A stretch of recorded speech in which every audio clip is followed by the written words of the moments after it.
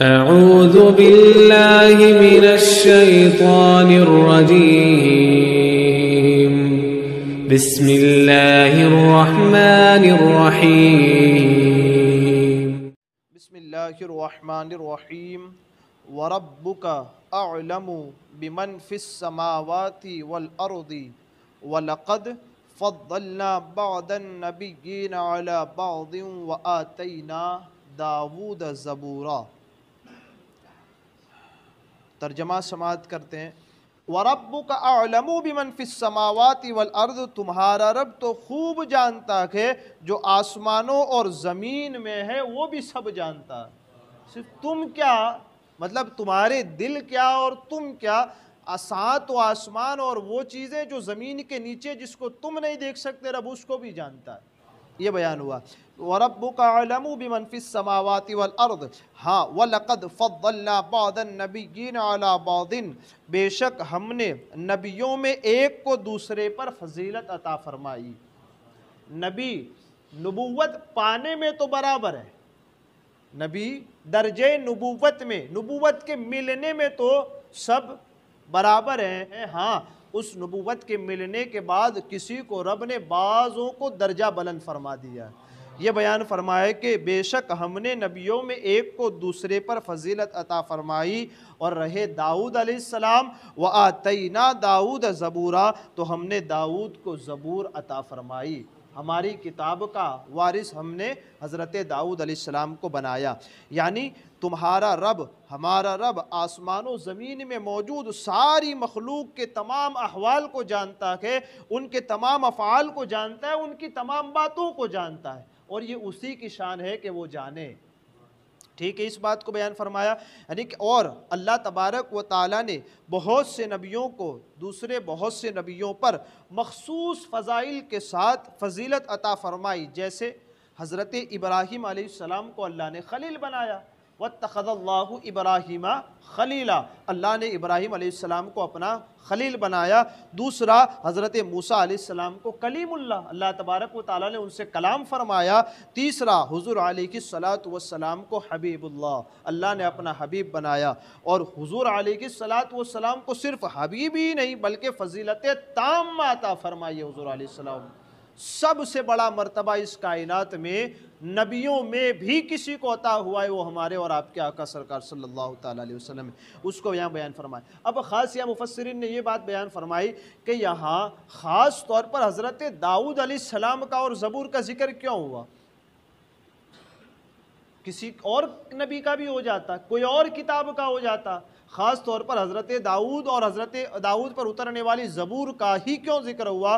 تو بہت سارے اقوال ہیں۔ ایک قول آپ کے سامنے بیان کرتے ہیں کہ وجہ یہ ہے کہ یہودی جو ہے نا، یہودی قوم یہ گمان کرتی تھی کہ حضرت موسیٰ کے بعد اب کوئی نیا نبی نہیں آئے گا، حضرت موسیٰ کے بعد، کیونکہ یہ حضرت موسیٰ کو اپنا نبی مانتے ہیں، تو کہتے تھے کہ اب حضرت موسیٰ کے بعد کوئی نبی آئے گا نہیں، اور حضرت موسیٰ پہ جو کتاب اتری توریت، اس کے بعد اب کوئی کتاب بھی آئے گی نہیں، یہ کہتے تھے وہ لوگ۔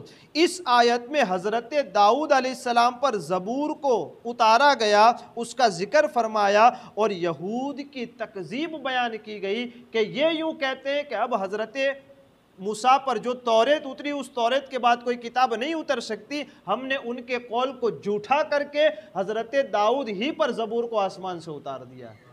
یہ اور ایک ساتھ ساتھ یہ کہ حضرت موسیٰ آخری نبی ہے، کہ حضرت موسیٰ آخری نبی نہیں ہے، ان کے بعد آنے والے ہیں وہ نبی۔ حضرت داؤد علیہ السلام جس زبور کی تلاوت کرتے، 150 صورتیں ہیں زبور کی، قرآن مقدس میں کتنی ہے؟ 114، قرآن مقدس میں ہے 114۔ زبور جو اتری نا اس کے اندر 150 صورتیں، اس 150 صورتوں میں بھی اس بات کا ذکر ہے کہ حضرت داؤد جب زبور کی تلاوت کرتے تو اس میں یہ بیان کیا جاتا کہ آخری نبی ہوگا جو سب سے افضل ہوگا، اس کی جو امت ہوگی وہ تمام امتوں سے افضل ہوگی، وہ نبیوں کو ختم کرنے والے خاتم النبیین بن کر کے تشریف لائیں گے۔ حضرت داؤد علیہ السلام خود حضور علیہ السلام کا میلاد پڑھ رہے ہیں۔ یہ جو بات آ رہی ہے کہ نا میلاد پڑھنے والی، عید میلاد النبی پہ خوشیاں منانے والی، ارے بھائی زبور ہے، حضرت داؤد پہ اتری ہے، تو تذکرہ کس کا ہونا چاہیے؟ حضرت داؤد کی امت کا اور حضرت داؤد کا ہونا چاہیے۔ لیکن اس نبی کی شان یہ ہے کہ داؤد کتاب تم پہ اتری ہے، کتاب تمہاری امت کے لیے اتری ہے، لیکن فضائل میرے محبوب کے اس میں بھی بیان ہوں گے۔ یہ ہے تو حضور علیہ السلام کی نعت تو حضرت داؤد علیہ السلام بھی پڑھا کرتے ہیں، اور زبور بھی حضور علیہ السلام کی نعت پڑھتی ہے۔ یہ ذکر ہوا۔ اب اس کے بعد ایک آیت جو بیان کی گئی ہے جس میں کفار مکہ معبودان باطل کو سچا معبود مانتے، یعنی جھوٹے خداؤں کو سچا خدا مانتے تھے۔ اب ان کی تکذیب کے لیے آیت اتری، قُلِ ادْعُوا الَّذِينَ زَعَمْتُم مِّن دُونِهِ فَلَا يَمْلِكُونَ كَشْفَ الضُّرِّ عَنْكُمْ وَلَا تَحْوِيلًا۔ محبوب آپ فرما دیجئے، قل کیا فرما دیجئے، قُلِ ادْعُوا الَّذِينَ زَعَمْتُم مِّن دُونِهِ، پکارو انہیں جن کو تم اللہ کے سوا معبود سمجھتے ہو۔ کفار مکہ کو کہہ دیجئے، کیا کہہ دیجئے، اب انہیں پکارو، اب ان کو آواز لگاؤ، اب ان سے منتیں مانگو، کس سے؟ اللہ کے سوا تم جس کو معبود بنا بیٹھے تھے اس سے۔ کیوں؟ فَلَا تَمْلِكُونَ كَشْفَ الضُّرِّ عَنْكُمْ وَلَا تَحْوِيلًا، وہ تو ایسے ہیں کہ تم سے کسی تکلیف کو ہٹانے کا بھی اختیار نہیں رکھتے، ہے نا؟ جو معبود خود اپنے اوپر مکھی بیٹھے، اسے ہٹانے کی طاقت نہیں رکھتے، تو اس کے ماننے والوں پر اگر کوئی تکلیف آئے تو وہ کیا ہٹا سکتے ہیں؟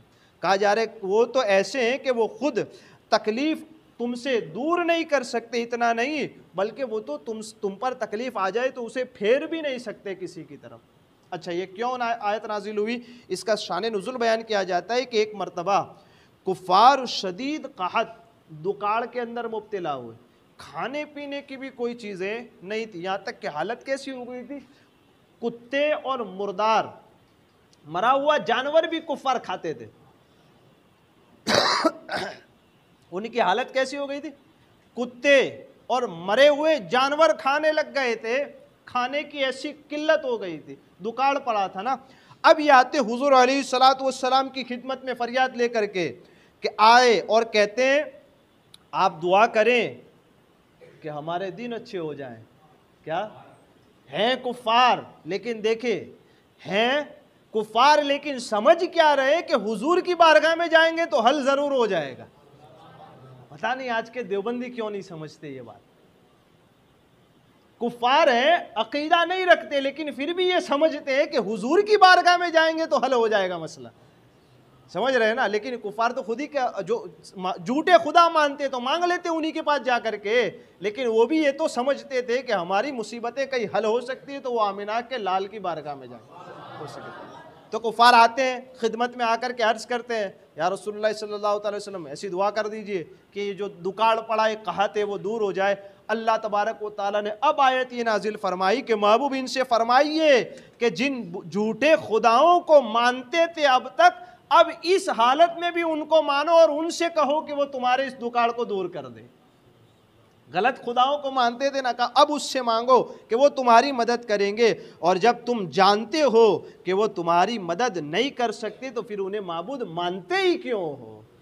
سمجھے؟ تو ان کا غلط عقیدہ انہی کے اوپر واضح ہو جائے، اس لیے اس آیت کو نازل فرمایا اللہ تبارک و تعالیٰ نے کہ وہ خود جھوٹے خداؤں کو مانتے تھے اور سمجھتے بھی تھے کہ یہ ہماری مدد نہیں کر سکتے۔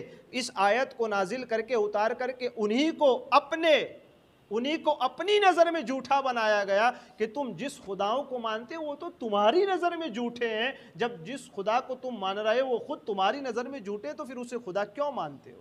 یہ ٹھیک ہے۔ تو یعنی کہ ہر چیز یہاں سے ایک مسئلہ جو ہمارے لیے سمجھ میں آتا ہے وہ یہ ہے کہ ہماری تمام مصیبتوں کا حل، ہماری تمام تکلیف اور ہماری تمام برائیوں کا ہم سے دور ہو جانا، ہماری مصیبتوں کا ہم سے دور ہو جانا، ہماری تکلیفوں کا ہم سے دور ہو جانا، یہ صرف اور صرف رب تبارک و تعالیٰ کی طاقت ہے، رب تبارک و تعالیٰ کا کرم ہے، یہ رب تبارک و تعالیٰ کا فضل ہے۔ ہاں یہ اسباب ہوتے ہیں کہ کوئی آدمی مل گیا اور اس کے ذریعے ہمارا کام ہو گیا، لیکن اصل کے اندر ہر حال میں اللہ تبارک و تعالیٰ ہماری مدد فرماتا ہے۔ یہ اللہ تعالیٰ مجھے آپ کو کہنے سننے سے زیادہ علم اور عمل کی توفیق عطا فرمائے، ہمارے کہنے آپ کے سننے میں عمدن سہون کوئی خطا ہوئی ہو اللہ عز و جل اپنے حبیب کے صدقے اسے معاف فرمائے۔ استغفر اللہ ربی من کل ذنب و اتوب